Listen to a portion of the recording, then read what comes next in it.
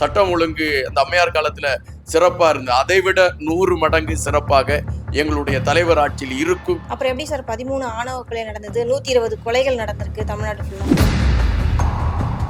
திமுக கரைந்து தமிழக வெற்றி கழகத்தில் எத்தனை பேர் சேர போகிறார்கள் என்பதையும் நீங்கள் பாருங்கள், அப்பொழுது உங்களுக்கு தெரியும். தவறுதலாக உதயநிதி ஸ்டாலினை கொண்டு வந்து அவர்கள் முன்னிறுத்தி விட்டார்கள். அதுதான் திமுகவிற்கு சனியும் சாபமும் எல்லாமே அதுதான்.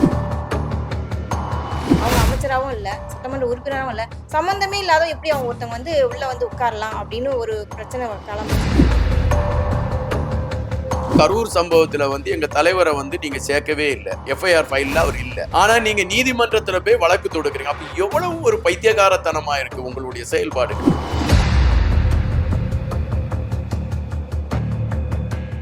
சினிமாவில் வந்துட்டு பீக்ல இருக்கும்போது அதை தூக்கி எறிஞ்சிட்டு மக்களுடைய நலனுக்காக தான் நான் வந்து அரசியலுக்கு வந்திருக்கேன்னு சொல்ற திரு விஜய் அவர்கள் தன்னோட சொந்த பணத்துல இருந்து இந்த 41 மக்களுக்கு ஹெல்ப் பண்ணலாம் இல்லையா?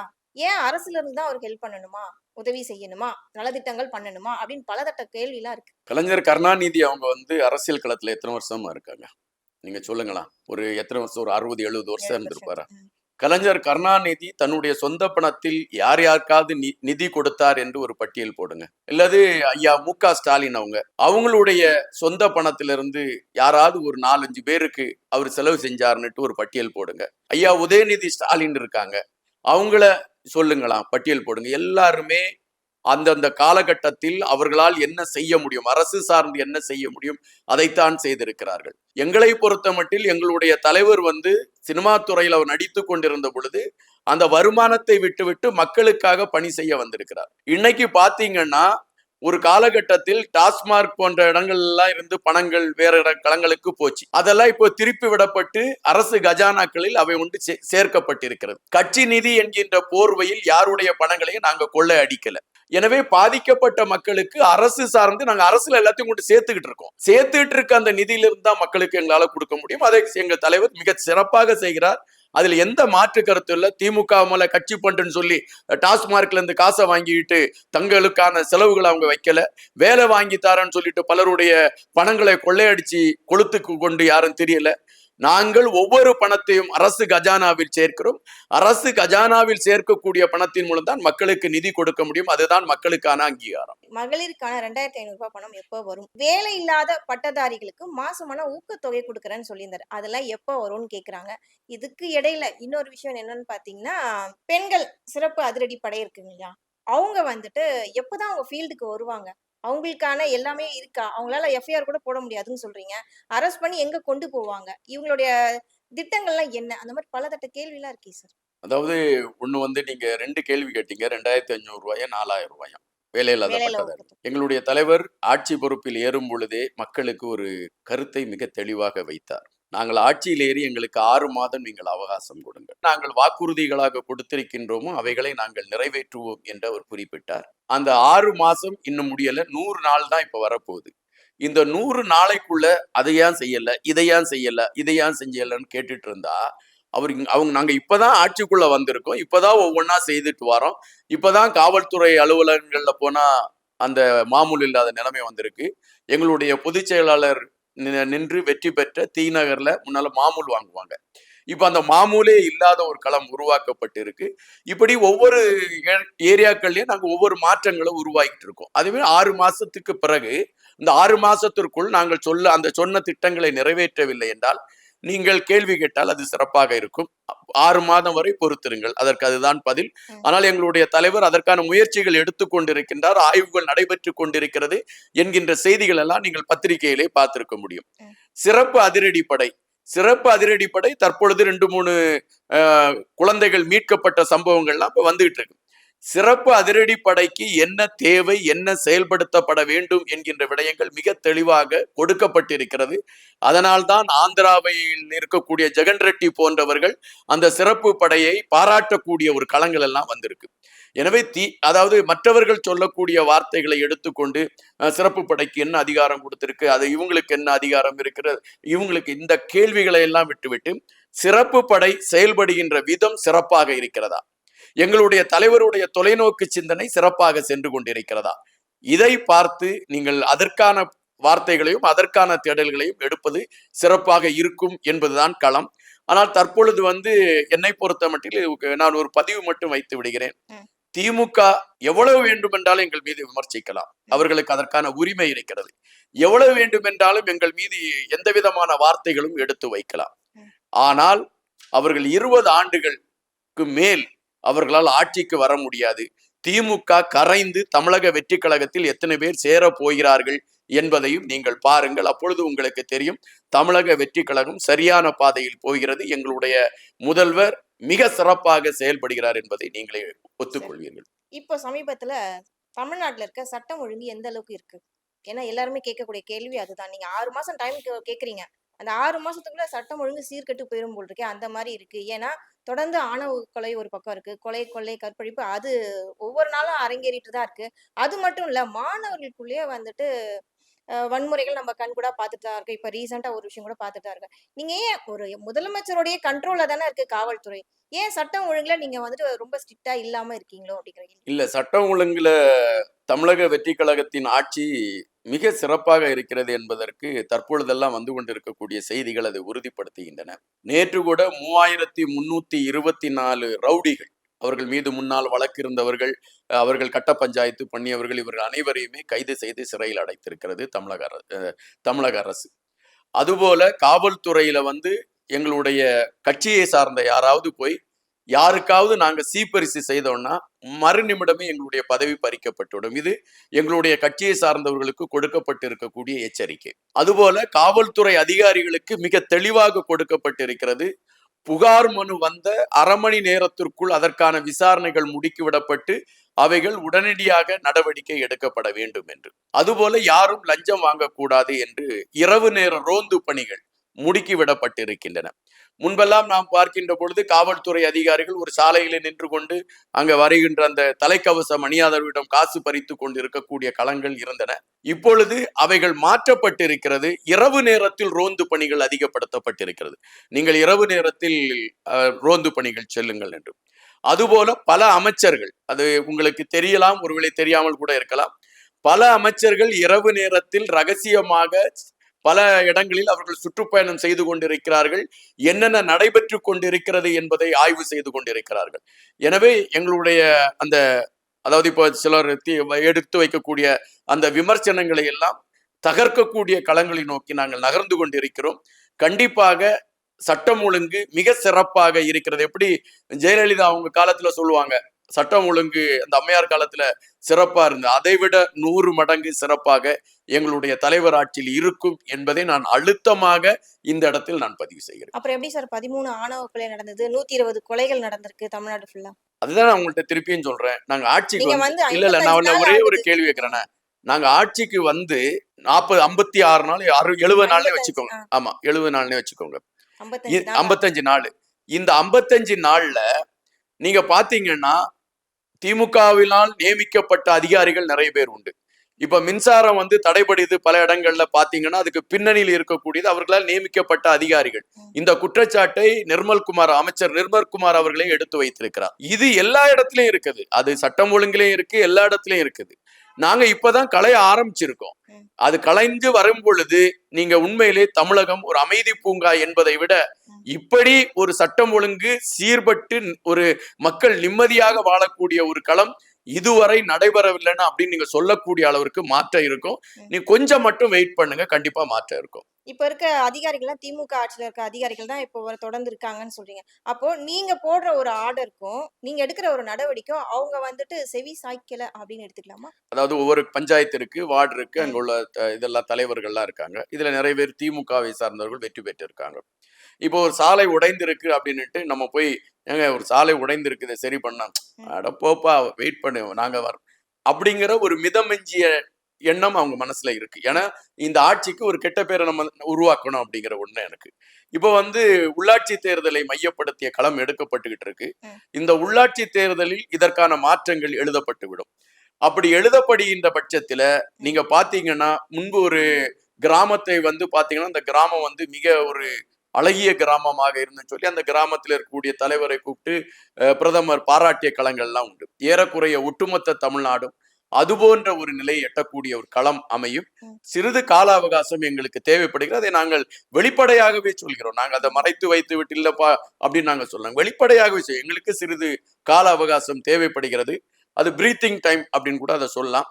கண்டிப்பாக நாங்கள் ஒரு சிறப்பான களத்தை தமிழகத்திற்கு உருவாக்கி கொடுப்போம். எதுக்கு இந்த கேள்வி நாங்க மறுபடியும் வைக்கிறோம்னா, நீங்க தேர்தல் டைம்ல என்ன சொன்னீங்கன்னா, திமுகவுடைய சட்டம் ஒழுங்கு சந்தி சிரிக்குது அப்படின்னு சொன்னீங்க. பெண்களுக்கு பாதுகாப்பு இல்ல, போதைப் பொருள் தலை விரித்து ஆடுது அப்படி சொல்லிதான் நீங்க எலெக்ஷன் டைம்ல பிரச்சாரம் பண்ணீங்க. சரி, ஓகே, எங்களுக்கு மாற்றம் வேணும். இது வரைக்கும் திராவிட கட்சிகள் எங்களை ஆண்டுட்டாங்க. போதும், மாற்றம் வேணும் அப்படின்னா நான் உங்களை நாங்க செலக்ட் பண்ணோம். தமிழக மக்கள் தாவேக்காவை செலக்ட் பண்ணி இப்ப விஜய் உட்கார்ந்துட்டு இருக்காரு. இப்பவும் அதையே தொடர்ந்துட்டு இருந்தா மக்கள் ஒரு வெறுப்பு அரசியல பாக்குற மாதிரி பாக்குறாங்களே. இப்பவும் அதே தொடர்ந்துட்டு இருக்கா அப்படின்னா, என்னை பொறுத்த மட்டில் இது ஒரு அதீதியமா எடுத்து வைக்கக்கூடிய ஒரு செய்தியா நான் பார்க்கிறேன். ஒண்ணு. 2வது பாத்தீங்கன்னா, காந்தியடிகள் சொல்லியிருந்தாராம். அதாவது இரவு நேரத்தில் ஒரு பெண் நகைகளை அணிந்து விட்டு தனியாக செல்கின்ற பொழுது அவளுக்கு பாதுகாப்பு உறுதிப்படுத்தப்பட்டால் அதுதான் உண்மையான சுதந்திரம். இப்ப பாத்தீங்கன்னா, நீங்க இரவு நேரத்துல தைரியமா நீங்க அதே மாதிரி நகை அணிஞ்சிட்டு போலாம். உங்களுடைய பாதுகாப்பும் சுதந்திரமும் உறுதிப்படுத்தப்பட்டிருக்கு. அதுக்கு நீங்க ஐடி ஃபீல்ட்ல ஒர்க் பண்ணி அந்த வேலை செஞ்சுட்டு வரக்கூடிய சகோதரிகள், அவர்களை நீங்கள் அழைத்து நீங்க கேள்வி கேட்டாலே அவங்க சொல்றாங்க, நாங்க இப்ப நிம்மதியா வாரோம், எங்களுக்கு ஒரு பயம் இல்லை என்கின்ற வார்த்தை அவர்களுடைய பக்கத்தில் இருந்து வந்திருக்கிறத என்னால பார்க்க முடியுது. அதுபோல நம்ம இரவு நேரங்களில் இப்பொழுது பெண்கள் தைரியமாக செல்லக்கூடிய ஒரு களம் உருவாக்கப்பட்டிருக்கிறது. நான் சொன்ன இரவு நேரத்தில் காவல்துறை அதிகாரியுடைய ரோந்து பணிகள் தீவிரப்படுத்தப்பட்டிருக்கிறது. நீங்க ஏதாவது ஒரு தெருவுல நின்னா கூட ஒரு 2 காவல்துறை அதிகாரி பைக்ல அப்படியே ரவுண்ட்ஸ்க்கு போறத உங்களால பார்க்க முடியும். போறாங்களா? கண்டிப்பா போயிட்டு இருக்காங்க. அதனாலதான் நான் அடிச்சு சொல்றேன். போறதுனாலதான் நான் சொல்றேன். இல்லன்னா ஏன் சொல்ல போறேன்? ஒரு சில இடங்கள்ல போறாங்களோ? எல்லா இடத்துலயும் போனா எல்லா இடத்துலயும் போயிட்டு தான் இருக்காங்க. நீங்க நைட்டு அப்படி ஒரு ரவுண்டு போங்க, தெரியும் உங்களுக்கு. அதனால இது திமுக நமக்கு என்னடா இவங்களை சொல்லி என்னடா இவங்களை கெட்ட பேர் உருவாக்கலாம்னு அவங்க முயற்சி பண்றாங்க. எங்களை அவங்க விமர்சிக்க அது அவங்களுக்கு தான் எல்லாமே வினையா போய் மாறிட்டு இருக்கு. அது முதல்ல இருந்தே நாங்க கட்சி துவங்கின காலகட்டத்தில இருந்தே அவங்க எங்களை விமர்சித்து அவங்க தலையிலேயே போய் விடிஞ்சிச்சு. இப்பவும் அப்படிதான். இப்ப பாத்தீங்கன்னா எங்களை அவர்கள் சொல்ல எங்களை நோக்கி மக்கள் திரும்பி வந்துகிட்டே இருக்காங்க. சாரசாரையா வராங்க. அதாவது நான் ஒரு தெருவுல முன்னால நாங்க ஒரு ஆள் மட்டும் இருப்போம். நாங்க தலைவரை பத்தி நாங்க பேசிட்டு இருப்போம். இன்னைக்கு பாத்தீங்கன்னா நாங்க எவ்வளவு தூரம் இருந்தோமோ அதை விட தீவிரமா அந்த தெருவே இருக்குது. அப்ப அந்த மாற்றத்திற்கான களத்தை எங்களுடைய தலைவருடைய செயல்பாடுகள் மாற்றி இருக்கிறது.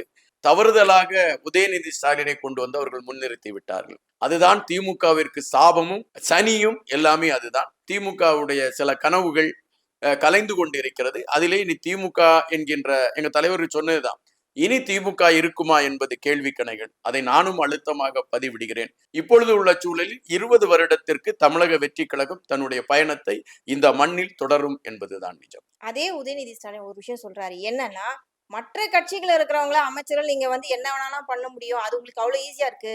ஆனா திமுகல இருக்கிறவங்களும் நீங்க தொட்டு கூட கனவுல கூட நீங்க நினைச்சு பார்க்க முடியாது. நாங்க அந்த அளவுக்கு தீவிரமா இருக்கோம், ஸ்ட்ராங்கா இருக்கும் அப்படிங்கிறாரு. உண்மைதான். அவரு உதயநிதி ஸ்டாலின் சொன்னா அது உண்மையாதான் இருக்கும். உண்மையிலேயே அவர் ரொம்ப ஸ்ட்ராங் தான். அந்த ஏவா வேலு சிங்கப்பூர்ல எங்கேயோ ஒரு இடத்துல படுத்திருக்காராம்.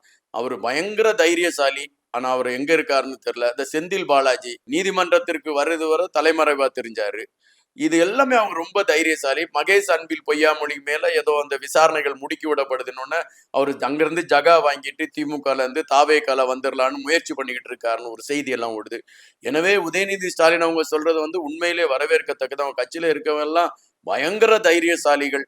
அந்த தைரியத்தை பத்தி தான் நம்ம பார்த்தோம். முதலமைச்சரா இருந்த மு.க. ஸ்டாலின் அவர்கள் சட்டசபையில சட்டையை கிழிச்சிட்டு அடிச்சிட்டாண்டான்னு வெளியே ஓடி வந்தாரு. எனவே அவங்க தைரியத்தை பத்தி எல்லாம் நம்ம பேசினா நிறைய பேசலாம். அதெல்லாம் இப்ப வேண்டாம். அவங்க அப்படியே பேசிக்கிட்டு போட்டோம். அது அவங்களுக்கு ஒரு ஆறுதலா இருந்துட்டு போட்டு இதையாவது பேசி அவங்க ஆறுதல் அடையட்டும்.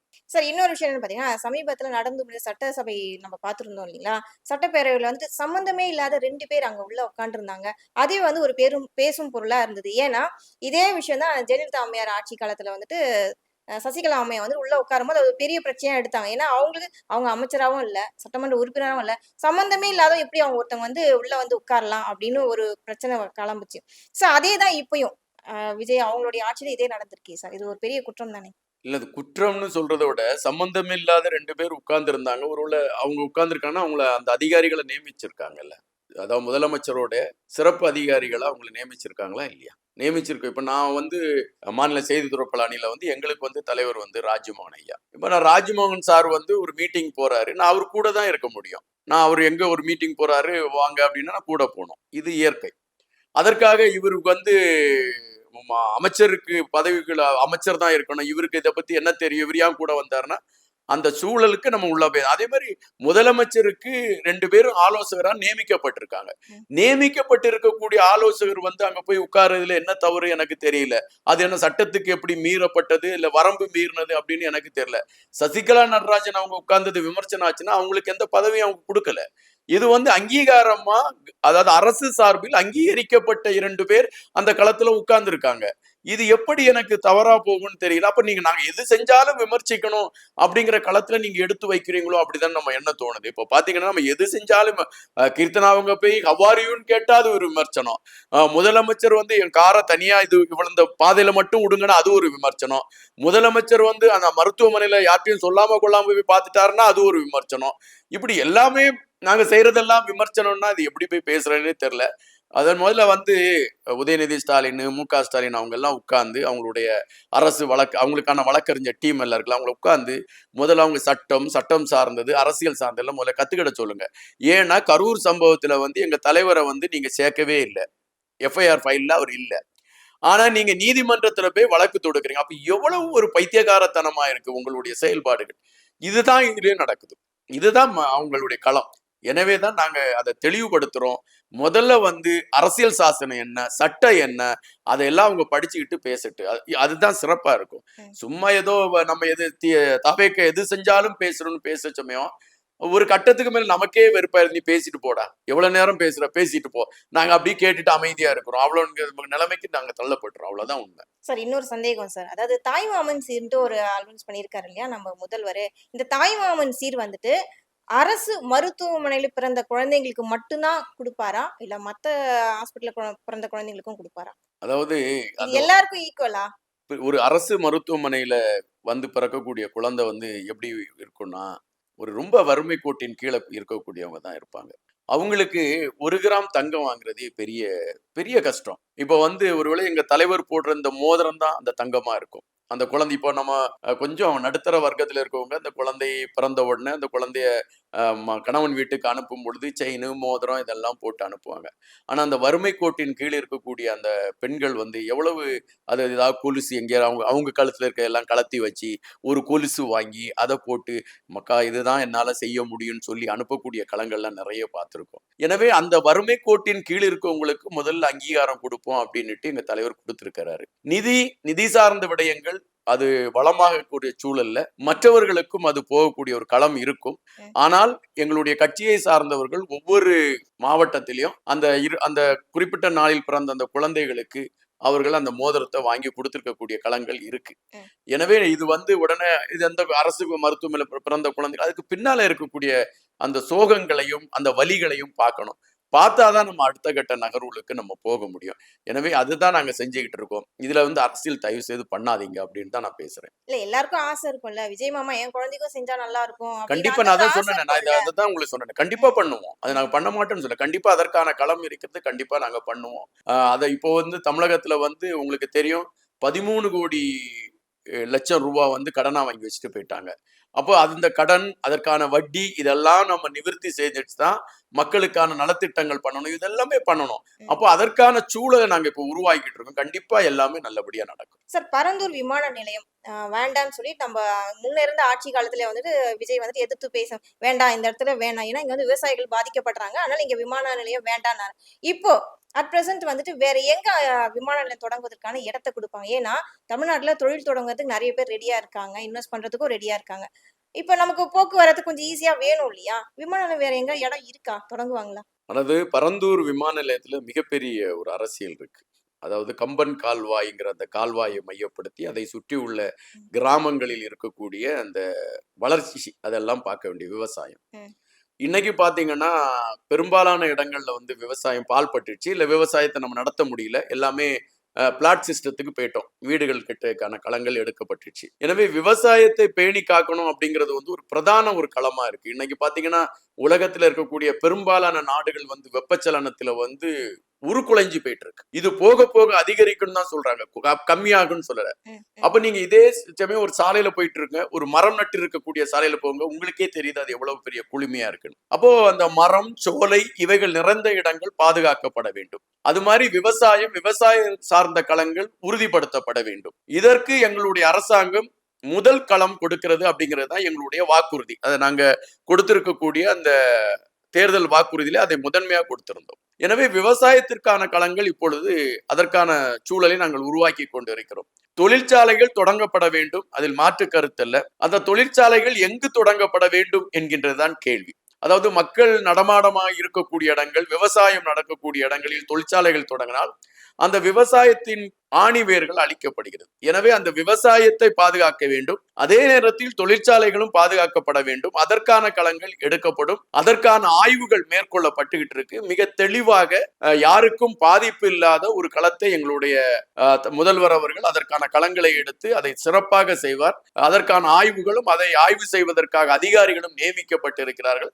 கண்டிப்பாக அதற்கான தெளிவான ஒரு முடிவு வரும். ரொம்ப நன்றி சார். நிறைய விஷயங்கள் வந்து நம்ம மக்களுக்கு புரியுற மாதிரி சொன்னீங்க. தொடர்ந்து பேசுவோம். நன்றி, வணக்கம். நன்றி, வணக்கம்.